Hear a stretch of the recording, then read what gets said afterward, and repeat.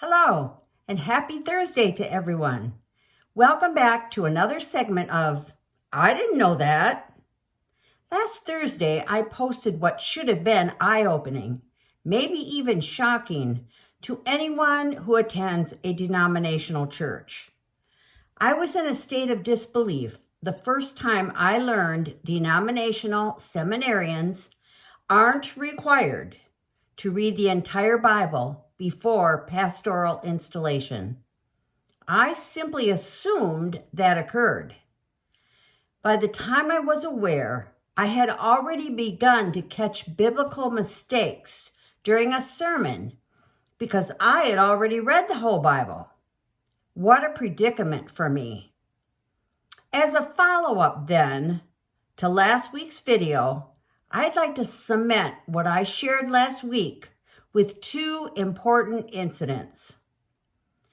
During my adult life, I worshiped under two pastors in my denominational church. The first one was with our family from the birth of our youngest child in 1981 until 1992. Problems began when I was called to read the Bible in 1989 and had questions, which I took to our pastor. The first question was in regards to Romans 11, in which God tells man that his chosen people, the Jews, will be saved. And I wanted that explained, still believing the pastor had read the whole Bible. I was shocked that he wouldn't meet me individually. Instead, he copied a few pages from a book the church relies heavily on, a book that was written by two men and published in 1850 in Germany. I could care less what two men say about any Bible text. I wanted my pastor to explain it, but he wouldn't. Then, when I got to Revelation, I asked him about the mark of the beast. I was totally unaware of two things at that time. First, pastors are not required to read Revelation. And second, they take an oath to support at all times what the church teaches, or they will be removed from their position. This time, our pastor did speak with me personally. He said, what is written in the New Testament has to be found in the Old Testament as well to be true. So, if I found the mark in the Old Testament, he would believe. I was then on a mission. I knew I had read the support for the mark in the Old Testament, but how would I find it? The Old Testament is a huge part of the Bible, and I didn't know where to begin.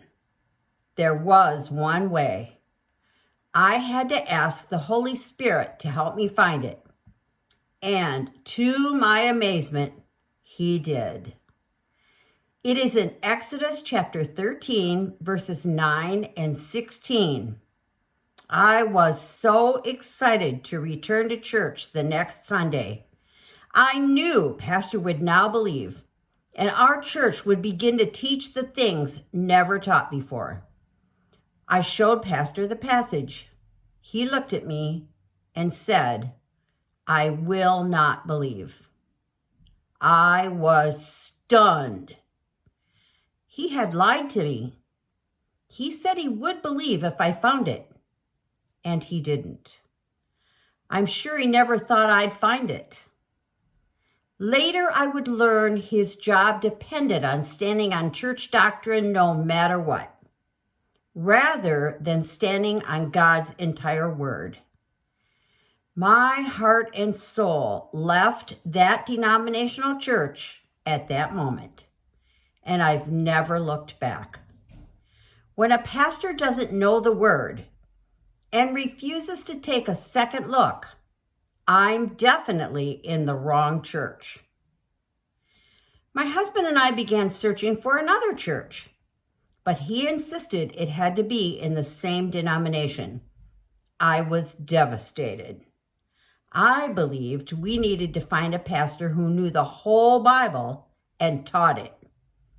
To my shock, that pastor was in a denominational church of our people. The first sermon we heard him preach was from the book of Zechariah. I'll never forget that day because no one in my 50 years in that church had ever taught from that book. You can't preach what you haven't read. Amazed, I wondered just how that came to be. So I asked. Some of the members of his church had begun to attend a non-denominational Bible study at work, and, like me, learned things in the Bible they had never been taught. They also attended adult Bible class on Sundays at the church. With all of their new knowledge rattling in their brains, they began to question the pastor about it, just as I had done. Eventually, the pastor asked them to leave and not attend the class again. They refused, but encouraged pastor to read the whole Bible. Amazingly, he did, for the very first time. He was shocked at what he was never taught and began to teach those things in church Sunday mornings. That's how the Zechariah message came to be. Some congregational members were incensed that pastor had deviated from their church traditions, and they went to the leaders of that denominational church. Pastor had been a denominational pastor in that church hierarchy for 25 years, but could no longer ignore the Bible he now knew. After much prayer, he accepted a retirement from the church and left to start a non-denominational church so he could preach the Bible as it was written. That first Sunday, over 300 people attended, and his newfound faith quickly became mine and my husband's. Retirement would take us away from the state where we lived, and thus away from that incredible pastor. But pastor knows how much he means to us and the differences his awakening made in our lives.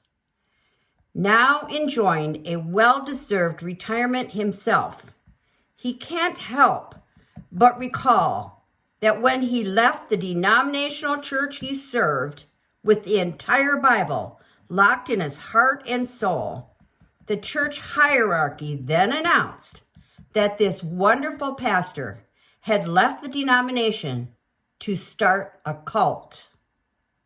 For what reason did they feel that lie was necessary? Might it be a warning to other pastors or a way to keep parishioners from questioning? A devoted man of God left a secure job, realizing he had placed the church and its traditions ahead of God. And my husband and I realized the same thing. Jesus said in Matthew 15, verse 9, "These people honor me with their lips, but their hearts are far from me. They worship me in vain. Their teachings are but rules taught by men." When a church creates rules for teaching that come from any book but the Bible, it's time to move on.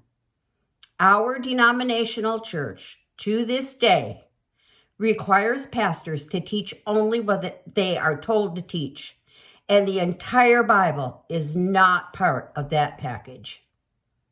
What is keeping you in your church? Is it the church of your heritage? Do you meet family and friends there? Is it comfortable for you? So comfortable that you couldn't possibly leave? Have you been in that church so long that leaving it would be stressful for you? Whatever the reason, are you honestly putting that church above the teachings of God? I definitely was. I just didn't know it. I trusted the hierarchy of the church. I believed all pastors and priests are required to read the Bible before they leave seminary. What a shock when I learned that simply isn't true. If your pastor doesn't know the entire Bible, walk away as fast as you can and ask the Holy Spirit to lead you to a church where the Bible is taught as it is written, not as it's interpreted by men. My husband and I have never regretted our decision to put God ahead of our church and its traditions. You'll feel good about that decision for yourself, too. Thank you for listening. I pray you're either taking a second look at your church or you're thanking your pastor for reading and knowing the whole Bible. Leave a comment or subscribe. And if you have questions or a topic you'd like me to discuss, let me know that too. I want the Bible to come to life for all my listeners, just as it has come to life for my husband and me. Tune in next Thursday for a new I didn't know that. Have a very blessed week and keep reading the entire Bible.